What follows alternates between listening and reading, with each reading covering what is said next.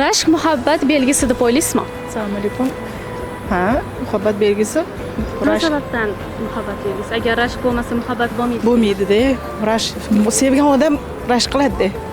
Demak, muhabbat bo'lishi uchun rashk kerak. Ha, shunaqa. Rashk endi insonning shaxsiyati bilan belgilanadi birinchi navbatda. Yaxshi ko'rgan odam endi asosiysi bu rashk emas, qizg'onish odam ichida faqat menga tegishli degan his bo'ladi-da, o'sha rashk deb o'ylayman asosan. Demak, Shunaqa agar ko'proq ishonib olsa, masalan, bu bo'ldi, meni yaxshi ko'radi deb men xayolim bo'lmasligi ishonchim mumkin. Assalomu alaykum. Nima deb o'ylaysiz? Rashk muhabbat belgisimi? Nima? Rashk muhabbat belgisimi siz uchun? Shunaqa bo'lsa kerak, adashmasam.